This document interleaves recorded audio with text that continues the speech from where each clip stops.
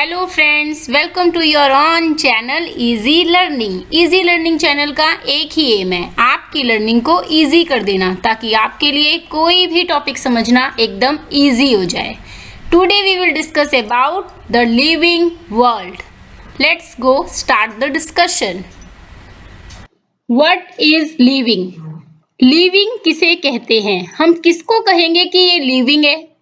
All organism which exhibit this function. Living किसे कहेंगे?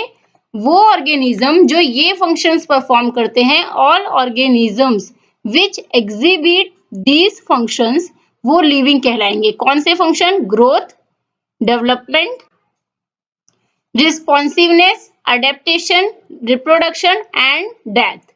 Growth means जिनकी ग्रोथ होती है, जिनका बॉडी स्ट्रक्चर, हाइट, ये सब ग्रोथ होता है, वो सारे कौन से ऑर्गेनिजम्स कहलाएंगे? लिविंग। डेवलपमेंट मीन्स उनके बॉडी के इंटरनल पार्ट्स में डेवलपमेंट होती है, मीन्स उनके इंटरनल बॉडी फंक्शंस और भी डेवलप तरीके से फंक्शन करने लगते हैं, तो मीन्स डेवलपमेंट में सारे इंटरनल बॉडी डेवलपमेंट आएगी।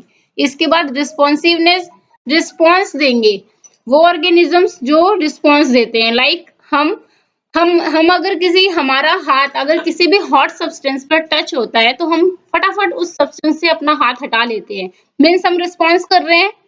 Then adaptation.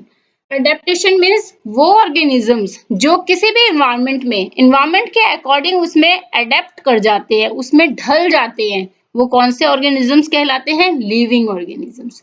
Reproduction. Reproduction means वो ऑर्गेनिजम्स जो रिप्रोड्यूस करते हैं new generation, new young one, वो सारे ऑर्गेनिजम्स क्या कहलाएंगे? लिविंग। And death. जिन ऑर्गेनिजम्स की डेथ होती है फाइनली, वो क्या कहलाएंगे? लिविंग। एक्सेप्शनल केस है अमीबा। अमीबा की डेथ नहीं होती, वो यूनिसेलुलर ऑर्गेनिज्म होता है, वो जब डिवाइड होता है तो उसके डॉटर सेल्स क्रिएट हो जाते हैं, तो वो एक्सेप्शनल केस है। अदरवाइज सारे ऑर्गेनिजम्स, जितने भी ऑर्गेनिजम्स हैं, उनकी डेथ होती ही है। सो कौन कौन से फंक्शंस जो ऑर्गेनिज्म परफॉर्म करता है उसे लिविंग कहते हैं? Growth, development, responsiveness, adaptation, reproduction and death. After that characteristics of living being. क्या कैरेक्टर होते हैं एक लिविंग बीइंग के? Do they have cellular structure? They do have cellular structure. उनका सेलुलर स्ट्रक्चर होता है, मीन्स जो कोई भी सेल से बना होता है वो लिविंग कहलाता है। सीधी सी बात है, वन लाइन में हम याद रख सकते हैं कि जो कोई भी सेल से बना होगा, जिसमें भी सेल होगा, चाहे वो वन सेल हो या डबल सेल हो या मोर सेल हो, बट अगर उसमें सेल है मीन्स वो लिविंग है। तो अब सेल है तो मीन्स उस लिविंग बीइंग में सेलुलर स्ट्रक्चर भी होगा, तो they do have cellular structure. After that defining property of living being. वो लिविंग बीइंग की प्रॉपर्टी जितनी भी है उसे डिफाइन करेंगे। कौन कौन सी प्रॉपर्टी होती है लिविंग बीइंग की? यही सारी property. Growth, development, responsiveness, adaptation, reproduction and death. इन सारी प्रॉपर्टीज को वो डिफाइन करेगा। ये क्या है? ये लिविंग बीइंग का कैरेक्टर है कि defining the property of living being. all living organisms are made up of one or more cell। हर ऑर्गेनिज्म सिंगल सेल या ज्यादा सेल से बना होता है। After that founder of cell. Founder of cell कौन है? Robert Hooke. ये हम प्रीवियस क्लासेस में पढ़ चुके हैं कि फाउंडर ऑफ सेल कौन है? Robert hook. इन्होंने ही सेल की फाउंडेशन की है, सेल को फाउंड किया है, तो means founder of cell is Robert Hooke. Any work done inside of cell by metabolism. कोई भी वर्क अगर सेल के अंदर परफॉर्म हो रहा है just because of metabolism. Any work done inside of cell by metabolism. अब ये मेटाबॉलिज्म क्या होता है? What do you mean by metabolism? Metabolism में सारी बायोमोलिक्यूल्स एक्टिविटीज होती है, लाइक उसमें lipid, protein, starch, fat, carbohydrate, ये सारी चीजें क्रिएट होती रहती हैं और इनका ब्रेकडाउन होता रहता है। एनर्जी क्रिएट होती रहती है और उसका ब्रेकडाउन होता रहता है। ये दोनों प्रोसेस किसमें होती है? मेटाबॉलिज्म में। तो मेटाबॉलिज्म के दो टाइप हैं। कौन से टाइप हैं? How many type of metabolism? Two type. One is anabolism, second is catabolism. Anabolism में क्या होता है, ये सारी एनर्जी बनती रहती है, बिल्डअप होती रहती है, सेव होती रहती है। और कैटाबॉलिज्म में क्या होता है, यही बनी हुई एनर्जी ब्रेकडाउन होती है। कैटाबॉलिज्म में क्या होता है, यही बनी हुई एनर्जी का ब्रेकडाउन होता रहता है। Means anabolism means building up reaction, उन्हीं रिएक्शंस का बिल्डिंग अप हो रहा है, बिल्ड हो रही है। कैटाबॉलिज्म में क्या हो रहा है, वही सारी रिएक्शन ब्रेकडाउन हो रही है। मीन्स कोई भी लिविंग बीइंग में ये मेटाबॉलिज्म की प्रोसेस होती है, और ये मेटाबॉलिज्म की प्रोसेस को ही हम एक केमिकल रिएक्शन, जो बायोमोलिक्यूल्स में सारी केमिकल रिएक्शन होती है, उसी को मेटाबॉलिज्म की प्रोसेस कहते हैं। मेटाबॉलिज्म की प्रोसेस में एनर्जी सेव होती है और एनर्जी का ब्रेकडाउन होता है। जिस किसी में भी ये साइकिल कंटिन्यू चलती रहती है, हम कहते हैं ये ऑर्गेनिज्म लिविंग है। और जिस किसी में भी ये साइकिल रुक जाती है, तो हम क्या डिक्लेयर कर देते हैं कि this organism is dead. So anabolism और कैटाबॉलिज्म में क्या डिफरेंस है? एनाबॉलिज्म में एनर्जी सेव हो रही है, कैटाबॉलिज्म में एनर्जी ब्रेकडाउन हो रही है।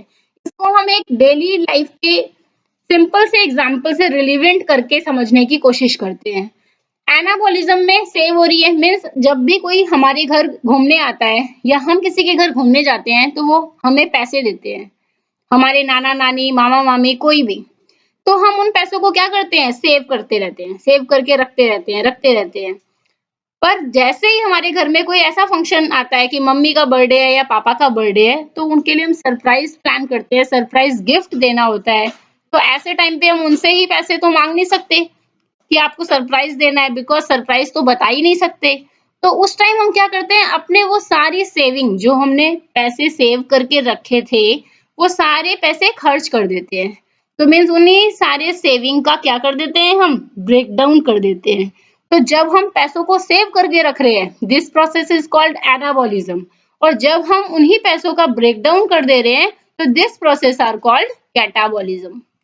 इसको हम प्लांट के एग्जाम्पल से समझते हैं कि प्लांट के एग्जाम्पल में एक प्लांट अपनी बॉडी में एनर्जी सेव करता रहता है।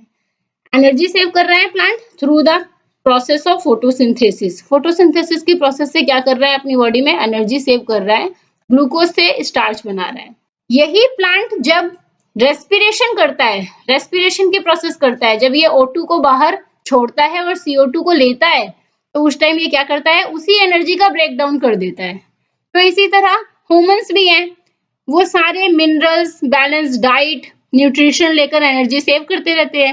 ह्यूमंस भी जब रेस्पिरेशन करते हैं या वर्कआउट करते हैं, तो क्या होता है, उसी एनर्जी का ब्रेक डाउन हो जाता है। तो energy saving means anabolism, energy का break down means catabolism. After that taxonomy. What do you mean by taxonomy?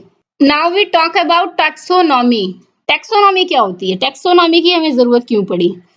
हमारी वर्ल्ड में बहुत सारे लिविंग ऑर्गेनिजम्स है, बहुत सारे living organisms, approximately 7 million living organisms है। हर लिविंग ऑर्गेनिजम्स के बारे में स्टडी हमें करनी है, तो हम हर लिविंग ऑर्गेनिजम्स को वन बाय वन उसकी स्टडी करेंगे, उसके बारे में जानेंगे। ये पॉसिबल नहीं है, क्योंकि ये बहुत ही डिफिकल्ट और टाइम कंज्यूमिंग प्रोसेस है। तो इसके लिए एक तरीका निकाला, एक स्टेप लिया, उस स्टेप को कहते हैं टैक्सोनॉमी। इस स्टेप के थ्रू हम सारे ऑर्गेनिज्म को पहले आइडेंटिफाई करेंगे। टैक्सोनॉमी एक प्रोसेस है जिसके थ्रू हम सारे ऑर्गेनिजम्स को पहले आइडेंटिफाई करेंगे, फिर उनका नाम रखेंगे, उनका नामकरण करेंगे, उनका नॉमेनक्लेचर करेंगे। किसके बेसिस पे? उनके रिलेशन के बेसिस पे। रिलेशन इन द सेंस उनके क्या क्या करेक्टर एक दूसरे से मैच कर रहे हैं, क्या क्या चीजें उनकी सेम है, ज्यादा सेम है, उसके बेसिस पे उनका नॉमेनक्लेचर करेंगे, उनकी पहचान करेंगे और फाइनली उनको क्लासिफाई कर देंगे। सो अब किसी की पहचान करना, किसी को नाम देना, उसे क्लासिफाई करना, ये तीनों ही काम करने के लिए उनको रैंक में प्लेस करना भी बहुत जरूरी है, ताकि हमें ये समझ आए कि किसको वन बाय वन किस सीक्वेंस में कैसे रखना है। तो इसके लिए क्या करते हैं कि हम उनको रैंक देते हैं। रैंक मीन्स उनकी डेजिग्नेशन, उनकी कोई पोजीशन फिक्स हो, ताकि उसके अकॉर्डिंग उन्हें सीक्वेंस में रखा जाए। तो उस रैंक को बायोलॉजिकल टर्म में कहते हैं taxons. How many taxons? Taxons are 7। How many type of taxons? Taxons are 7। कौन से टेक्सॉन्स है ये? सारे टेक्सॉन्स है। Kingdom is taxon, phylum is taxon, ये सारे ही क्या है? टेक्सॉन्स। तो kingdom, phylum, class, order, family, genus, species, ये सब क्या है? टेक्सॉन्स है। ये डाउनवर्ड टू अपवर्ड जाते हैं। स्पीशीज से स्टार्ट होकर किंगडम इनका फाइनल टेक्सॉन है। तो this group are called taxonomy hierarchy. इस पूरे ग्रुप को क्या कहते हैं? Taxonomy hierarchy. This group are called taxonomy hierarchy. अब इस सीक्वेंस के अकॉर्डिंग हम सारे ही ऑर्गेनिजम्स को प्लेस करेंगे कि कौन से ऑर्गेनिजम्स किस स्पीशीज के हैं, उन्हें एक साथ रख देंगे। फिर कौन से ऑर्गेनिजम्स सेम जीनस के हैं, उन्हें एक साथ रख देंगे। कौन से ऑर्गेनिजम्स सेम फैमिली के हैं, उनको एक साथ रख देंगे। तो इससे क्या हो गया? एक रैंक वाइज उनकी पोजीशन डिफाइन हो गई। तो इस सीक्वेंस को याद रखने के लिए एक ट्रिक है। ये ट्रिक आपकी हेल्प करेगा कि आप इस सीक्वेंस को सीक्वेंस वाइज हमेशा याद रखेंगे और कभी नहीं भूलेंगे। क्या है वो ट्रिक? सबके घर की फैमिली में 1 क्लास परफेक्ट किंग है। की में है, इनको इग्नोर कर दीजिए। सबके मीन्स स्पीशीज, सबके मीन्स स्पीशीज, घर means genus, family means family, 1 means order, class means class, perfect means phylum, king means kingdom. तो ये पूरी एक सीक्वेंस आपको याद रहेगी कि सबके घर की फैमिली में 1 class family perfect kingdom king है। फाइलम में क्या है? परफेक्ट। और किंगडम में क्या है? किंग। मीन्स सबके घर की फैमिली में 1 क्लास परफेक्ट किंग है। याद रहेगा? सबके घर फैमिली 1 क्लास परफेक्ट किंग है। तो इस तरीके से आप इसको हमेशा मेमोराइज रख सकते हैं। After that final topic is systematic. Systematic किसे कहते हैं? What do you mean bye systematic? Systematic की जरूरत क्यों पड़ी? हमने सारे ऑर्गेनिजम्स को क्लासिफाई कर दिया, उनका नॉमेनक्लेचर कर दिया, उनको आइडेंटिफाई कर लिया। इसके बाद अब उनको सिस्टमैटिक तरीके से रखना जरूरी है ताकि हम उनको अलग अलग सिस्टमैटिक तरीके से रख सके। तो सिस्टमैटिक तरीके से रखने के लिए हमें फादर ऑफ मॉडर्न टेक्सोनॉमी ने हेल्प की। उन्होंने बताया हमें कि किस तरह से हमें किसी भी ऑर्गेनिज्म को सिस्टमैटिक रखना है। फादर ऑफ मॉडर्न टेक्सोनॉमी कौन है? Father of modern taxonomy Carlos Linnaeus. Father of modern taxonomy कौन है? Carlos Linnaeus. इन्होंने हमें बताया कि किस तरह से हम ऑर्गेनिजम्स को सिस्टमैटिक रख सकते हैं। एक प्रोसेस दी इन्होंने जिसका नाम है सिस्टमा नेचुरे। इस प्रोसेस के भी 2 टाइप है, मीन्स इसके भी 2 तरीके हैं जिस तरह से हम ऑर्गेनिज्म को सिस्टमैटिक रखेंगे। One is taxonomy, second is evolution. Taxonomy को हम पहले ही पढ़ चुके हैं कि टैक्सोनॉमी में हम क्या करते हैं? किसी भी ऑर्गेनिजम्स को आइडेंटिफाई करते हैं, फिर उसका नॉमेनक्लेचर करते हैं, आफ्टर दैट उसे क्लासिफाई करते हैं। तो टैक्सोनॉमी करने के लिए उन तीनों स्टेप से होके गुजरना पड़ेगा। उसके बाद आएगा इवोल्यूशन। इवोल्यूशन कैसे करेंगे? इवोल्यूशन मीन्स हमारे एंसेस्ट्रल। इवोल्यूशन को समझने के लिए हम एक एग्जाम्पल के थ्रू इसे समझने की कोशिश करते हैं। इवोल्यूशन में हम 3 टाइप के ऑर्गेनिजम्स ले लेंगे, कोई भी 3 ऑर्गेनिजम्स। फॉर एग्जाम्पल मैंने एक मंकी ले लिया, एक ह्यूमन ले लिया, एक फिश ले लिया। इसके बाद इनमें से किसी भी ऑर्गेनिजम्स के कुछ कैरेक्टर ले लेंगे। लाइक हमने ह्यूमन के कैरेक्टर ले लिए, वर्टिबल कॉलम है, हेयर ऑन स्किन है, मैमरी ग्लैंड है, इसके 3 कैरेक्टर्स ले लिए। अब हम देखेंगे ये 2 ऑर्गेनिजम्स जो है मंकी और फिश, उनमें इसमें से कौन से कैरेक्टर प्रेजेंट है और कौन से कैरेक्टर प्रेजेंट नहीं है। जिसमें ज्यादा कैरेक्टर प्रेजेंट होंगे वो हमारा सबसे नियरेस्ट इवोल्यूशन होगा। इवोल्यूशन में क्या चेक करते हैं कि हमारा सबसे नियरेस्ट कौन सा है।